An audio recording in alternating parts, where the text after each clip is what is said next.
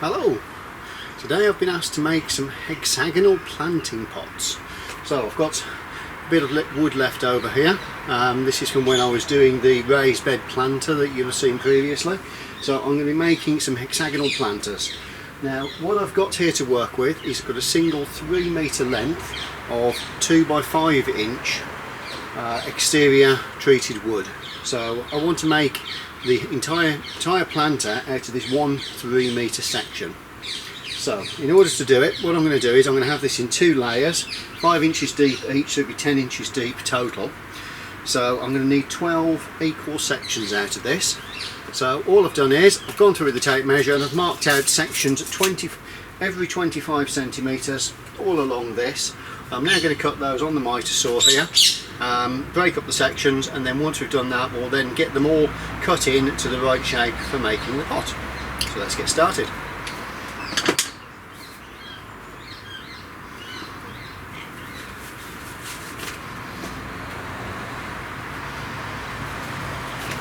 Always worth putting some gloves on when you're working to stop any splinters when you're moving the wood around.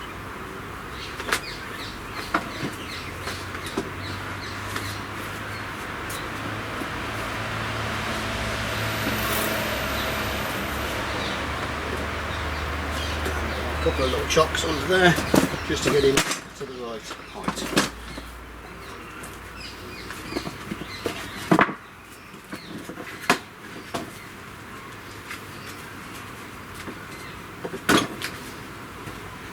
There we are, nice level bed and I can work on.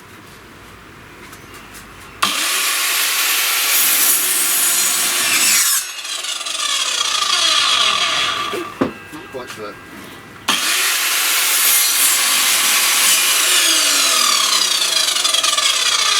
There we are, that's the first one. Just need 11 more of the same.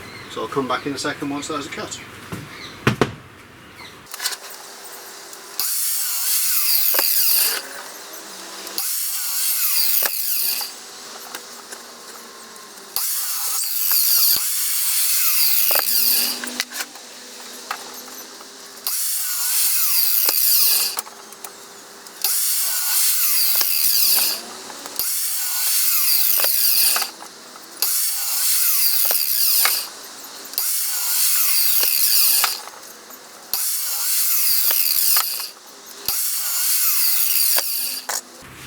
Okay, got 12 of these pieces now. So what I'm going to need to do now is I'm going to need to cut these at what would be 30 degrees. And if you've got a hexagon there, going around a hexagon, each angle inside a hexagon should be 60 degrees. So I've got 2 of them, so I can halve that, so I'll bring it down to 30 degrees. Now that's what the maths would tell you. Now I know that a lot of mitre saws, when you buy them, they have a preset setting for 31.5 degrees, which I thought was really odd. And I made my first hexagon ring using 30 degrees because I thought that's correct, and actually it was splayed out and I couldn't get the damn thing to close. So what I've done is I've changed it to 31.5 degrees, and the second one I made came out absolutely perfectly. So for whatever reason, something to do with the way the saw cuts, it requires a little bit of extra angle than what you think it might. So I'm just going to adjust this, loosen that off, and on my angle here set that for 31.5 on that back angle, lock that into place. Now what I'm going to do is the first cut, let me bring this in a bit closer so that so you can see where I'm actually going to be cutting.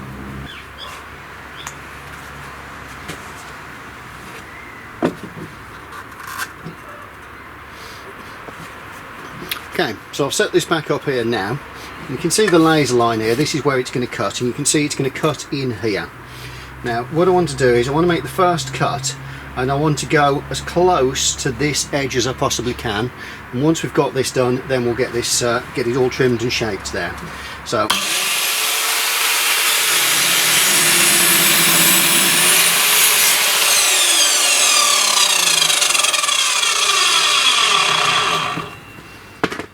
okay, so I've got the first piece here. You can see that is my nice 31.5. So I'm going to cut the rest of these. Once I've got all 12 cut like this, then I'll measure them up and we'll get the exact angles all in place.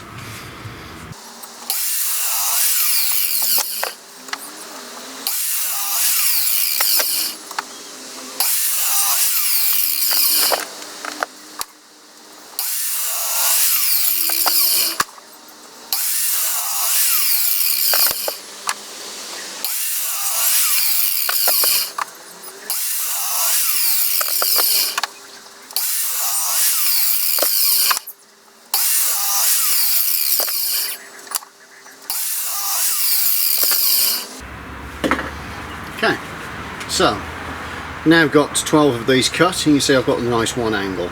Now what I'm going to do now is I want to measure from this side across 24 centimetres and make a mark, and then I'm going to cut it in again this way, so then I'll have the right angles to be able to make my hexagon. So I'm going to mark all of these up to 24 centimetres.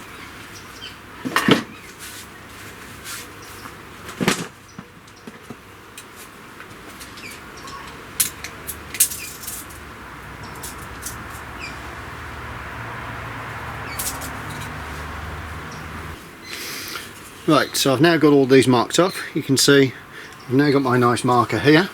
So I want to cut that. So I'll just get the laser exactly on the mark, and we'll get this next angle cut.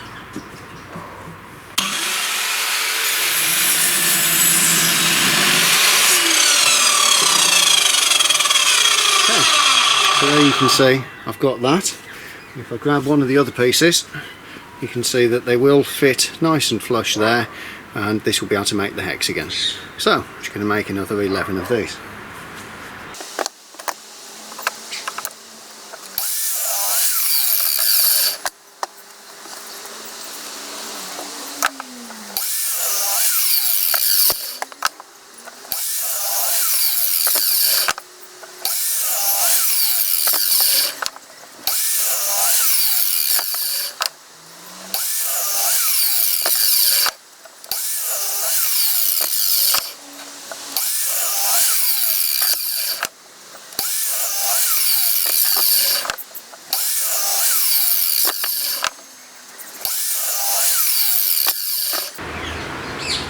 Okay, so got all 12 of these now cut.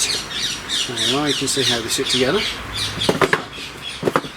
Get them sat here, and what I'm going to do is I'm going to drill through, get them nice and square along here. Helps if you've got a nice flat surface to work on. And I'm just going to drill my first hole.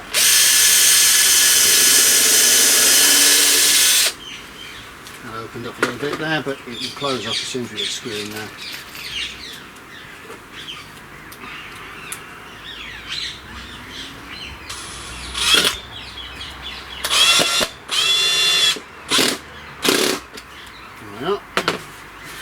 Make sure it's still nice and flush at both edges, and I'll do my second drill hole.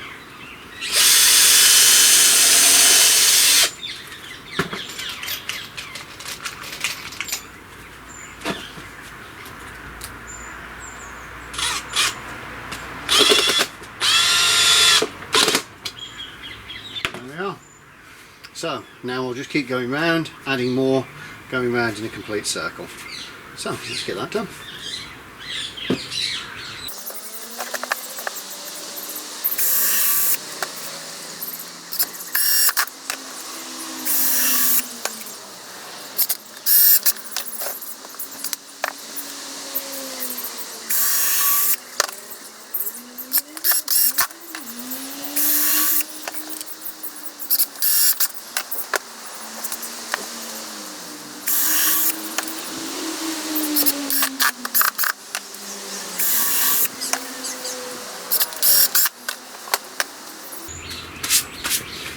Right, so we're on to the last one, and you want this to be a little bit tight. You don't want it to be loose. There we are. You see that actually goes in there, and it's actually a tight enough fit that it actually stays in there by itself, which is absolutely perfect. You don't want it loose there. The first one I made, when I used 30-degree angle, I had a gap there almost 3 inches wide. So this is just perfect. Let's get this locked into place.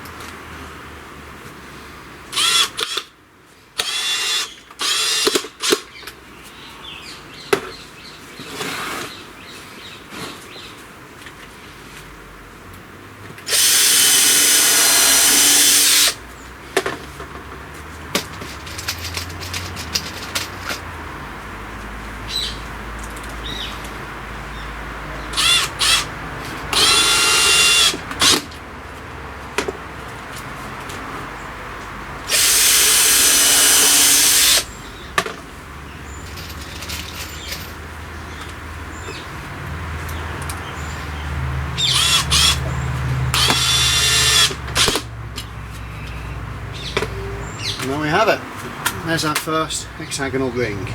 So I'm going to make another one of those to sit on top of this, and then we'll almost be there. Okay, so now we've got our two hexagons here. Now what I want to do now is just lock them together so that we can work on them as a pot. So I'm going to drill down diagonally in here through the top one, going into the bottom, so going through in this sort of angle but doing it on the inside so it hides it.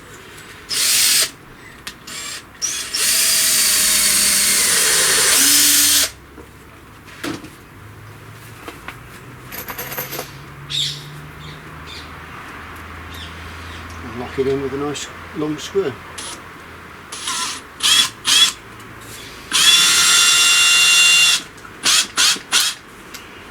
There we are, that's the first one.